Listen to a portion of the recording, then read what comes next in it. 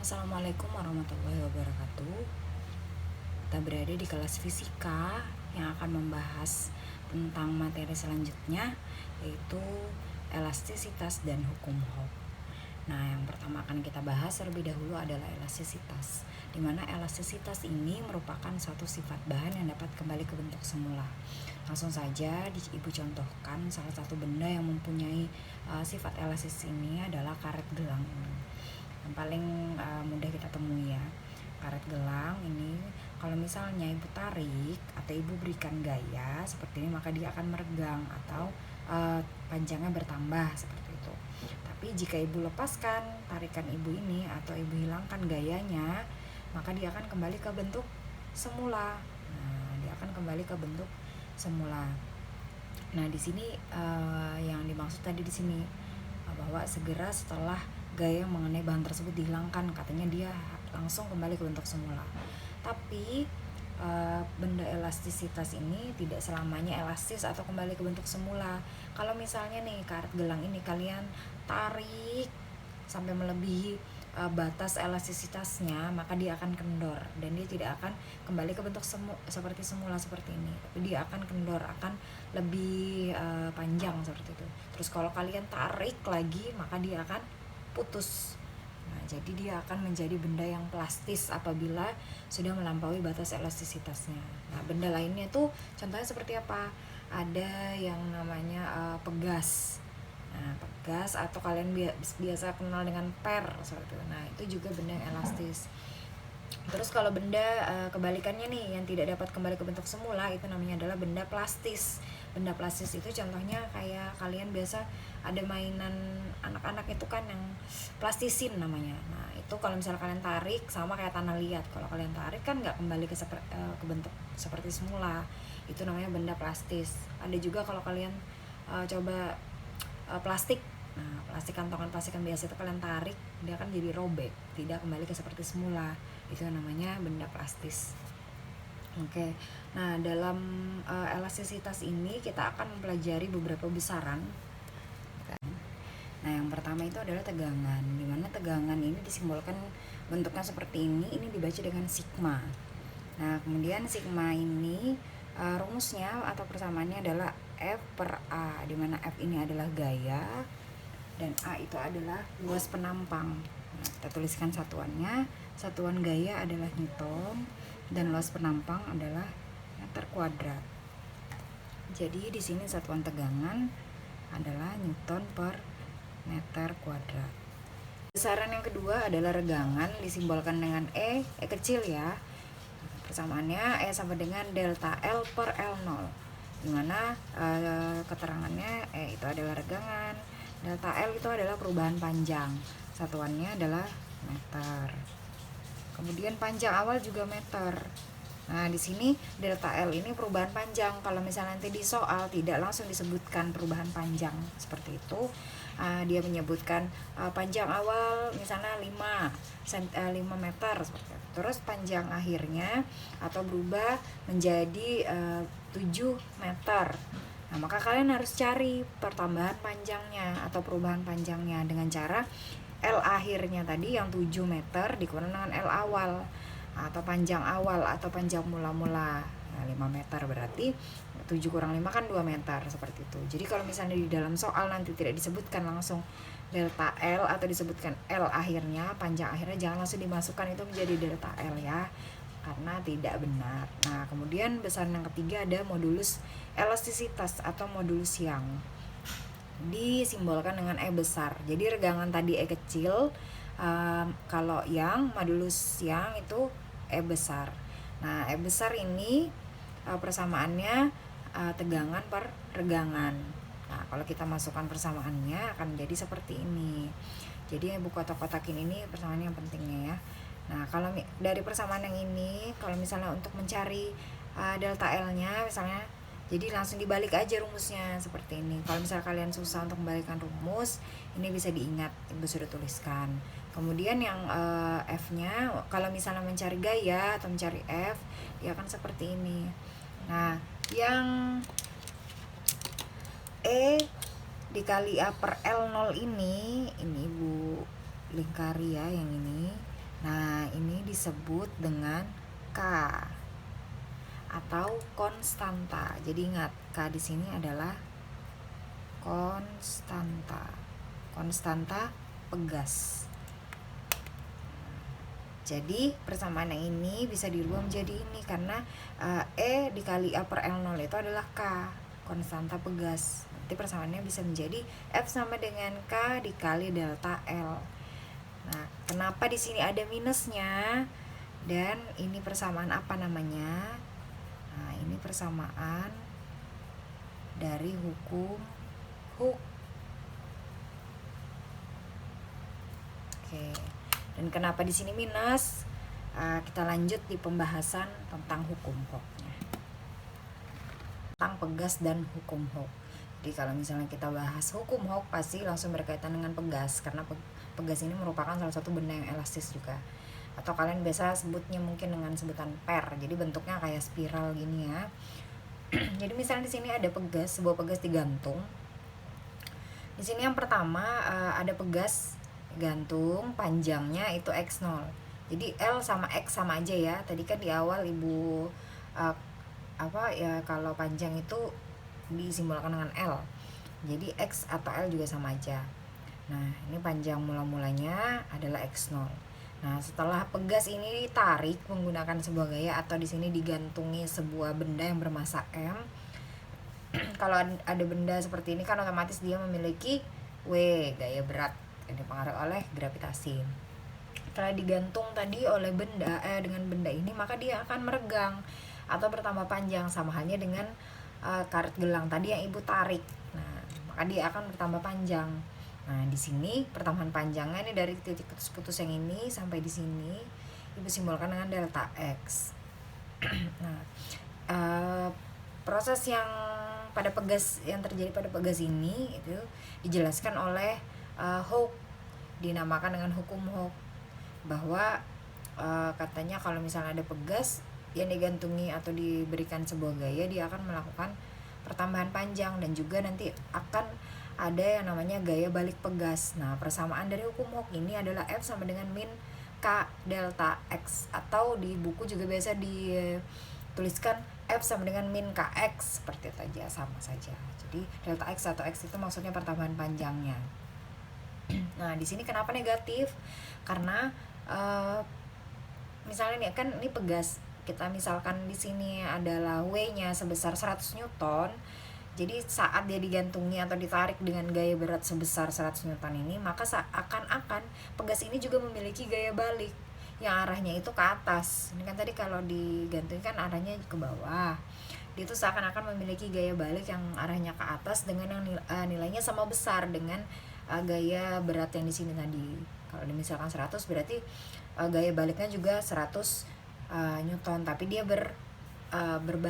berlawanan arahnya. Atau misalnya kalau misalnya ini benda yang di sini atau gaya di sini dihilangkan atau dilepaskan, maka pegasnya ini langsung tertarik ke atas.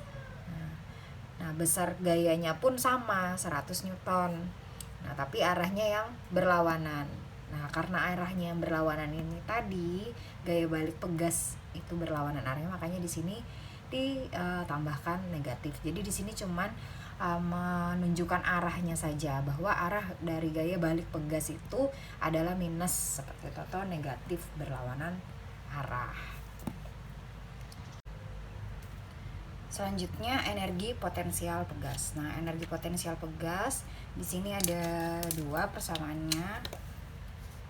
Itu yang pertama yang ini, energi potensial sama dengan setengah dikali konstanta dikali perubahan panjang pangkat 2, atau energi potensial sama dengan setengah dikali F dikali delta X. Ini kan F gaya, delta X perubahan panjang, satuannya meter. Kemudian untuk susunan pegas. Nah, susunan pegas ini ada dua. Jadi ada yang namanya susunan seri dan susunan paralel. Yang pertama kita bahas dulu susunan seri. Kita bahas satu persatu ya. Nah, susunan seri itu bentuknya seperti apa? Bentuknya seperti ini. Kalau misalnya ada dua pegas di sini disusun seperti ini, maka dinamakan susunan seri. Nah, ciri-cirinya seperti apa? Kalau misalnya nih pegas disusun secara seri, maka konstanta totalnya, kalau ditanya konstanta totalnya berarti dicari menggunakan cara seperti ini. 1/ks sama dengan 1/k1 ditambah 1/k2. Jadi di sini mainnya pecahan ya. Kemudian kalau delta x totalnya seperti apa? Delta x totalnya atau perubahan panjang totalnya, berarti kita cari satu persatu. Delta x1 dulu berapa, baru ditambahkan delta x2. Nah, kalau f totalnya di sini sama. Jadi gaya totalnya di K1 dan K2, pegas 1 dan pegas 2 itu sama dengan gaya totalnya. Berarti F sama dengan F1 sama dengan F2. Untuk lebih jelasnya langsung kita bahas contoh soal. Oke, di sini Ibu punya contoh 1 tentang susunan seri. Nah, sama seperti tadi ya, jika ada 2 pegas yang disusun secara seri, di mana K1-nya 600 Newton per meter, K2-nya 300 Newton per meter, dan ditarik dengan gaya berat sebesar 100 Newton. Nah, atau F-nya sebesar 100 Newton. Kita tulis dulu diketahuinya apa saja. Nah, yang ditanyakan di sini adalah K totalnya, konstanta pegas totalnya, dan pertambahan panjang total, delta X total. Setelah ditulis, diketahui dan ditanyakan, langsung saja kita selesaikan. Yang pertama adalah K total, katanya konstanta totalnya. Karena di sini ada 2 pegas dan disusun secara seri, berarti kita pakai yang seperti tadi, 1/ks sama dengan 1/k1 ditambah 1/k2. Di sini cuman sampai K2 karena pegasnya kan cuma ada 2. Kalau misalnya nanti ada lagi 3 seperti itu, tersusun 3 ke bawah, maka di sini ditambah 1/3, 1/k3. Kalau dia 5 pegasnya berarti sampai 1/k5 ya. Karena di sini cuma 2, jadi sampai 1/k2 aja. Langsung kita masukkan. Nah, K1-nya berapa? 600. Berarti 1/600 ditambah dengan 1/k2-nya berapa? 300. Nah, ingat hati-hati di sini pecahan ya, jadi tidak bisa langsung dijumlahkan seperti itu saja. Nah, berarti kita harus samakan penyebutnya dulu. 600 di sini 1, berarti di sini 2. Oke. Sudah sama penyebutnya baru bisa dijumlahkan, berarti 3/600. Ingat, yang ditanya di sini adalah konstanta pengganti konstanta total, berarti kan KS-nya, bukan 1/KS. Jadi tidak sampai sini, ini belum selesai, kita balik. Nah, berarti KS, kalau KS kan dibalik. Jadinya 600 dibagi 3, berarti 200. Kasih satuan Newton per meter. Nah, konstanta totalnya adalah 200 Newton per meter. Jadi diingat nanti kalau misalnya ketemu soal seperti ini, nggak sampai sini aja ya, karena bukan 1/KS yang ditanya, tapi KS-nya. Oke, kalau sudah, yang pertama udah dapat, selanjutnya adalah delta X total. Delta X total ini bisa langsung kita cari menggunakan rumus hukum Hooke. F sama dengan K dikali delta X. Nah, delta X di sini kan maksudnya delta X total ya. Kenapa Ibu nggak pakai negatifnya? Nah, negatif itu ingat cuman menunjukkan arahnya saja. Sudah Ibu jelaskan tadi ya. Jadi langsung dimasukkan atau kita langsung pindah aja gini. Delta X sama dengan F per K. F-nya 100. K-nya berapa? K-nya 200. Berarti ini kan coret 1/2. 1/2 1 bagi 2 0,5 meter. Bisa juga kalau misalnya di soalnya diminta mencari pertambahan panjangnya masing-masing. Jadi pertambahan panjang di K1 di pegas 1 berapa, pertambahan panjang di pegas 2 berapa. Nah, seperti apa? Ibu contohkan kalau misalnya nih dicari delta X masing-masing gitu ya, masing-masing pegas. Kita cari dulu berarti delta X1. Berarti pakai rumus yang ini aja. F1 sama dengan K1 kan, berarti dikali delta X1. Berarti delta X1 sama aja F1 per K1. F1 nya berapa? F-nya kan sama aja ya. Jadi mau F1, F2, F3 karena di ciri-cirinya tadi yang di awal, F-nya kalau di susunan seri F sama dengan F1 sama dengan F2 dan seterusnya. Jadi mau F1, F2 ya sama aja 100 Newton. Berarti di sini 100 per, nah K-nya yang beda, K1-nya masukkan 600. Berarti 1/6 meter. Terus gimana kalau yang delta X2-nya? Berarti F2 K2 dikali delta X2. Kalau kalian mau tulis F aja boleh, juga boleh. Kayak hapus aja seperti ini karena F-nya sama aja ya. Jadi kalau disusun seri F-nya sama. Tidak beda. Jadi gini langsung dimasukkan delta X2 berarti F per K2. F-nya 100, K2-nya 300. Berarti 1/3 meter. Nih kalau kalian mau buktikan nih, misalnya yang ini tadi bener apa enggak, nah kita buktikan, kita langsung tambah. Berarti karena kan tadi di ciri-cirinya delta X total itu sama dengan delta X1 ditambah delta X2 dan seterusnya gitu kan. Coba kita tambahkan sekarang, berarti 1/6 ditambah dengan 1/3. Ini 6 1 ditambah 2 3/6 atau setengah atau 0,5 meter. Nah 0,5 sama kan dengan yang ini. Betul. Nah ini membuktikan bahwa pegas yang disusun secara seri itu lebih gampang menarik bendanya. Jadi dia mudah kalau disusun secara seri. Nah sekarang lanjut, bagaimana kalau misalnya disusun secara paralel. Untuk susunan paralel, nah, gambarnya seperti ini. Jadi kalau seri tadi kan ke bawah gitu ya, kalau ini disusun sejajar seperti itu. Nah ciri-cirinya juga sama, ada 3. Yang pertama sini maksudnya KP inilah konstanta paralel, konstanta total pegas secara paralel. Nah kalau paralel itu cuma langsung ditambah aja, K1 ditambah K2 ditambah K3 kalau pegasnya ada 3, kalau pegasnya ada 5 sampai K5 dan seterusnya. Nah untuk delta X totalnya, pertambahan panjang totalnya ini yang berbeda. Kalau tadi di seri itu delta X totalnya delta X1 ditambah delta X2 seperti itu ya, dia berbeda dari setiap pegasnya. Tapi kalau misalnya susunan paralel sama. Nah untuk F totalnya, gaya totalnya terbalik lagi dengan yang seri. Kalau seri tadi kan F1, F2 dan F totalnya sama. Kalau di sini yang berbeda. Jadi F sama dengan F total sama dengan F1 ditambah F2 ditambah F3 dan seterusnya. Nah, untuk lebih jelasnya langsung kita ke contoh soal saja. Di sini ada contoh kedua. Jika ada pegas disusun secara paralel seperti pada gambar, maka berapakah konstanta totalnya dan delta X totalnya? Oke, kita hitung. Kita tulis dulu yang diketahuinya apa saja, kemudian langsung ke penyelesaiannya. Pertama adalah konstanta totalnya, berarti karena di sini ada 2 pegas, berarti kan K1 ditambah K2.